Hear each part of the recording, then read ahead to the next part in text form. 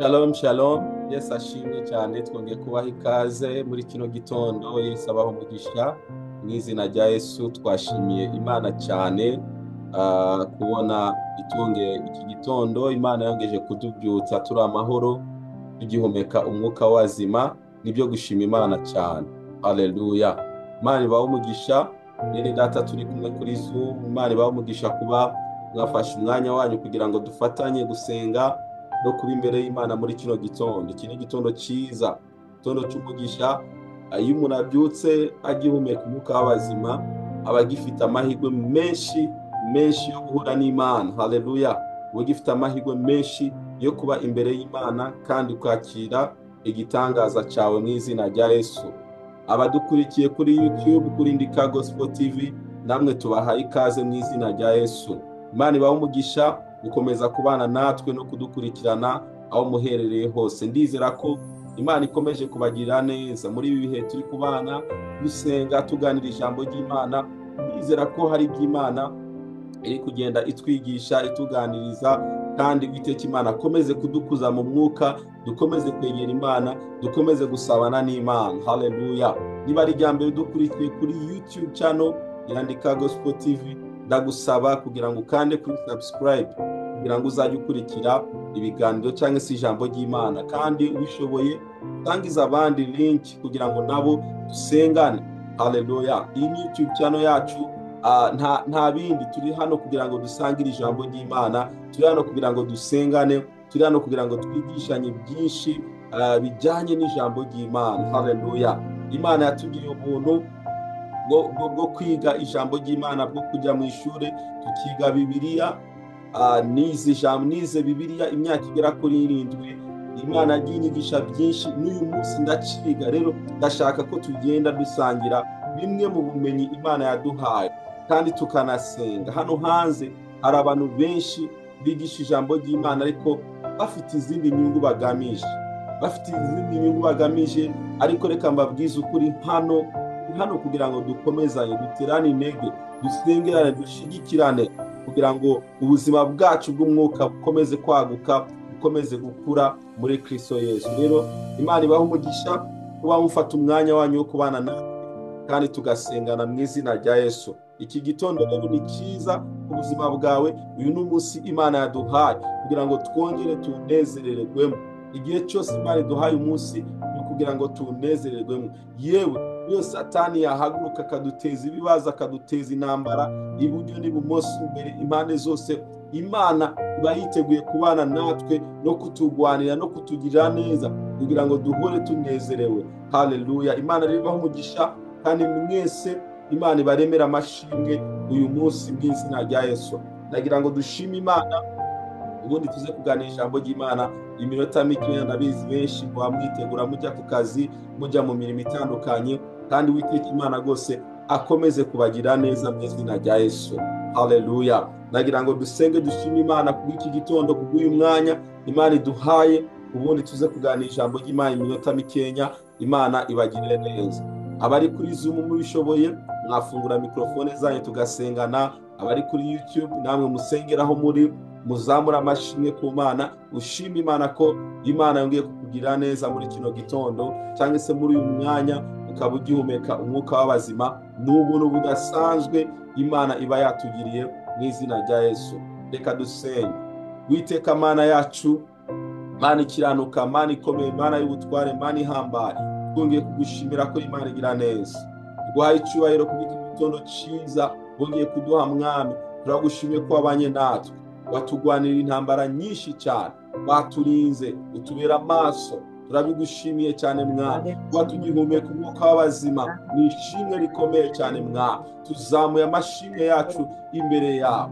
Haleluya. Nushimwe kandi uhimbazwe, nushimwe kandi ushyirwe hejuru. Uwiteka Mana ikomeye, turagushimira kubw'ineza yawe, ko bugiye uko bwije uratugwanira, uradushyigikira, utuba hafi, utubereye maso Mwami. Hari byinshi bitugwaye, hari byinshi bidushakisha, ariko Mwami Imana wowe utubereye maso, uri mu ruhande rwacu, utugirira neza uko bukeye uko bwije, uradukomeza ukaba mu ruhande rwacu. Izina ryawe rihabwa icyubahiro, komeza kubana natwe mwami, uvugane natwe mu ijambo ryawe, kandi imbaraga zawe zikora ibitangaza muri twebwe. Icyubahiro kibi cyawe, mu izina rya Yesu Kristo dusenze kandi twizeye, amen. Haleluya. Imana ibahe umugisha kandi Imana ibagire neza. Nagira ngo dusangire ijambo ry'Imana riri mu gitabo cy'Abacamanza igice cya 6. Haleluya. Turahera ku murongo wa mbere twihuse mu izina rya Yesu. Niba ufite Bibiliya yawe hafi, dusome ijambo ry'Imana mu gitabo cy'Abacamanza igice cya 6. Haleluya. Turaza guhera ku murongo wa mbere twihuse tugeze ku murongo wa 10. Hari icyo nifuza ko dusengera muri kino gitondo. Ijambo ry'Imana tubwira Abacamanza igice cya 6 kuva ku murongo wa mbere. Bibiliya tubwira ngo Abisirayeli bakora ibyangwa n'Uwiteka, ngo Uwiteka abahana mu maboko y'Abamidiyani imyaka 7. Murabyumva neza? Abisirayeli ngo bakoze ibyangwa n'Uwiteka, Imana irarakara, Imana ibabazwa Abisirayeli batari kuyumvira, batari kuyikiranukira, kandi yagiye bakora ibitangaza byinshi. Imana irangije irabihorera, bibateza Abamidiyani imyaka 7. Igihe Imana abantu bayinangira bagakora ibyo bishakiye bakajya kure yabo, Imana igasa nk'aho ibaretse, kuko Imana ntabwo ikunda umuntu utayumvira, ntabwo ikunda umuntu uzi ukuri ariko akaguca iruhande. Rero niba warahawe kumenya iby'ukuri, ubihagararemo ubigenderemo, kuko kumenya ukuri ukakugenderamo niko gutuma ubona intsinzi y'Imana ku buzima bwawe. Rero Abamidiyani bateye Abisirayeli ari uko Imana yabihoreye. Mu yandi magambo, iyo Imana itakwihoreye, iyo Imana iri ku ruhande rwawe, nta mwanzi wagira ikiragutwara. Rero twitoze kumvira Imana, twitoze gukora ibyo Imana ishaka, kugira ngo duhore dutsinda, duhore tunesha, duhore tugendera mu butsinzi bw'Imana. Umurongo wa 2 ngo nuko Abamidiyani banesha Abisirayeli, batera Abisirayeli gushaka aho kwihisha mu bihanamanga byo mu misozi no mu muvumo no mu bihome. Iyo umuntu igihe cyose Imana itari mu ruhande rwe, abanzi be baramutera, kandi baramutera bakamumerera nabi. Umuntu agahorana ubwoba, umuntu agahorana kwihisha. Kubera iki? Umutima w'umuntu iri kure y'Imana nta mahoro, nta munezero, nta byishimo. Niyo mpamvu bene data dukwiriye kwikomereza mu Mana, dukwiriye kuri imbere y'Imana, dukwiriye gushaka mu maso y'Imana, dukwiriye kubaho tunezereza Imana. Imitima yacu yomatanye n'Imana, niyo tuzahorana amahoro yuzuye. Umurongo wa 3 biravuga ngo kandi Abisirayeli ngo barangizaga kubiba, Abamidiyani bakazamuka n'Abameleki n'Abiburasirazuba bakabatera. Urumva akaga bari barimo. Abisirayeli barahinga, baragenda mu mirima bakarima, igihe cyo gusarura kigeze, igihe cyo kwakira umugisha kigeze, Abamidiyani bakazamuka bakatwara ubutunzi bwabo, bagatwara ibyabo byose. Ukuri ko Satani ajya agenza abantu benshi cyane.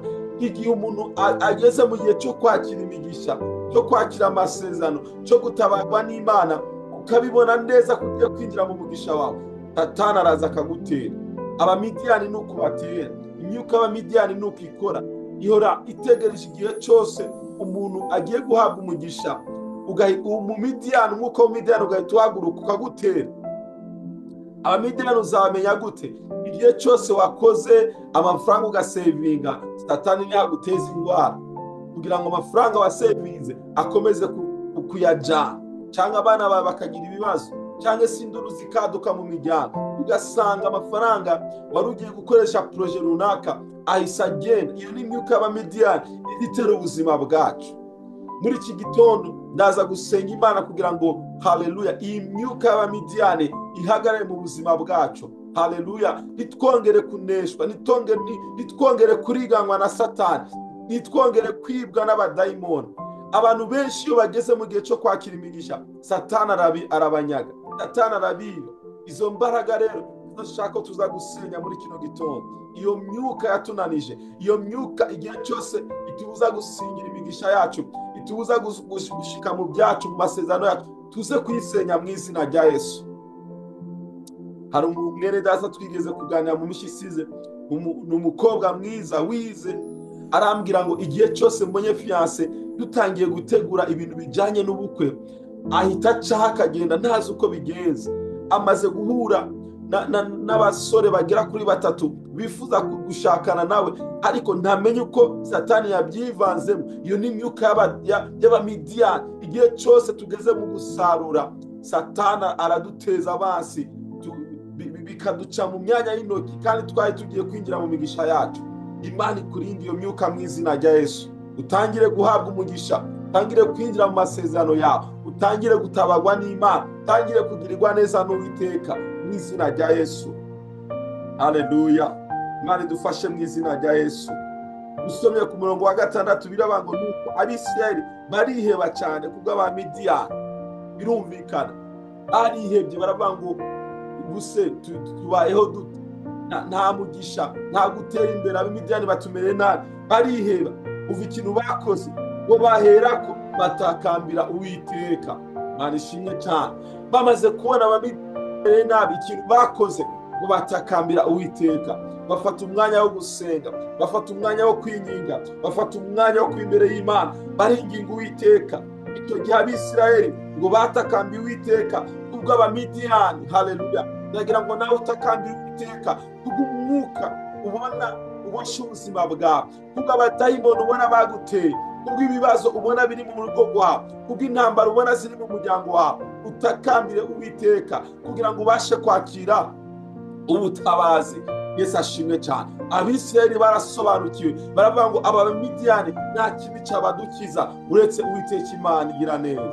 Nawe nagira nkubwire ngo ibyo bibazo ubona imbere yawe, izo ntambara ubona imbere yawe, nta kibi cyabigukiza uretse gutakambira Uwiteka. Fata umwanya wo gusenga, fata umwanya wo kwimbere y'Imana. Ntucike intege, nturambirwe, nuvuge ngo narasenze. Oya, komeza winginga Imana, komeza usenge, komeza ube ku gicaniro, komeza utakambira Imana. Hari ubutabazi Uwiteka Imana agiye kuzana ku buzima bwawe.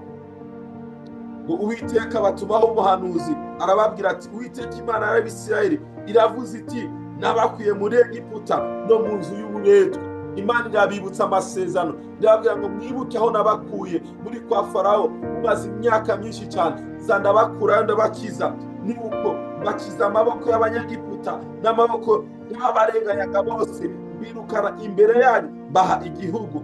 Ndababwira ati Uwiteka Imana yanyu mwe kubaha imana z'Abamori mwe n'iki gihugu murimo, ariko mwanga kunyumvira. Imana irababwira ngo impamvu Abamidiyani bari kubatera bagasenya ibyanyu nuko mwaze kunyumvira, nuko mwakoze ibyo mwishakiye. Rero uyu munsi nimwongera mugahindukira Uwiteka, Imana iraza kubatabara, ukuboko kw'Uwiteka kuraza kubatabara. Imana nabakuye muri Egiputa ndacafite imbaraga zo kubatabara no kubagirira neza. Imana ishimwe cyane. Ndagira ngwibutse muri kino gitondo, Imana wabonye gukorera igitangaza, Imana wabonye kugirira neza, iracafite imbaraga zo kugukiza, iracafite imbaraga zo kugutabara. Iki gitondo yiyemeze kumvira Uwiteka. Hari ikiganza cy'Imana kigiye kumanukira ubuzima bwawe, kigiye kugusanga aho uri muri kino gitondo, kikagutabara, kikaguhindura amateka mu izina rya Yesu. Niba ubyizeye uvuge ngo amen. Haleluya. Niba ubyizeye uvuge ngo amen.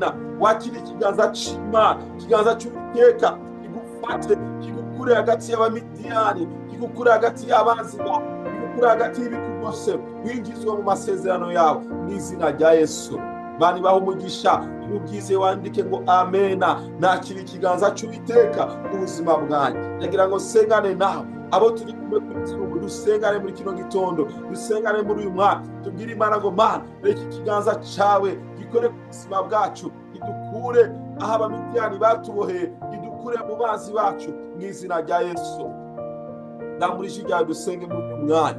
Haleluya. Data mu izina rya Yesu, uri Imana igira neza, uri Imana ikomeye, uri Imana y'imbaraga, Imana ikiranuka. Uwiteka Imana igira neza. Abisirayeli bari baratewe n'Abamidiyani imyaka 7 yose, bababajwe bari mu gahinda, ariko basobanukirwa ko ubutabazi bwabo bwaturuka iwawe. Barangije bafata umwanya, barasega, baringinga, baragutakira kugira ngo bakize, kugira ngo babohore muri kino gitondo, muri uyu mwaka. Uwiteka Mana igira neza, turakwinginze, turagutakambiye kugira ngo dukize abanzi bacu baduteje ibyago, baduteje indwara, baduteje ibibazo bitandukanye, baduteje agahinda, baduteje ubukene. Mu izina rya Yesu turakwinginze Mwami Imana, dukize abansi baduteje ikarande, baduteje ibyago mu miryango, baduteje kutumvikana, baduteje baduteje ibyaha, badukize muri kino gitondo mu izina rya Yesu. Reka ikiganza cyawe Mwana gikore ku buzima bwacu, kirukane Satani n'abadayimoni, kirukane imbaraga zose mu izina rya Yesu. Twakire gutabarwa kwacu Mwana guturutse iwawe. Haleluya. Ndasengeye buri muntu wese uri kumva nonaha Mwami Imana, reka imbaraga zawe zikize, reka imbaraga zawe zibohore, reka imbaraga zawe zihindure amateka y'ubuzima bwacu muri kino gitondo mu izina rya Yesu. Haleluya. Urakoze Mwami Imana, twakiriye gukira, twakiriye gutabarwa, twakiriye guhindurirwa amateka muri uyu mwanya. Ikiganza cyawe Mwami cyongere kidukuraho umwasi yaruteretse mu izina rya Yesu. Twinjize mu mugisha wacu, twinjize mu masezerano yacu, kuko uri Imana igira neza.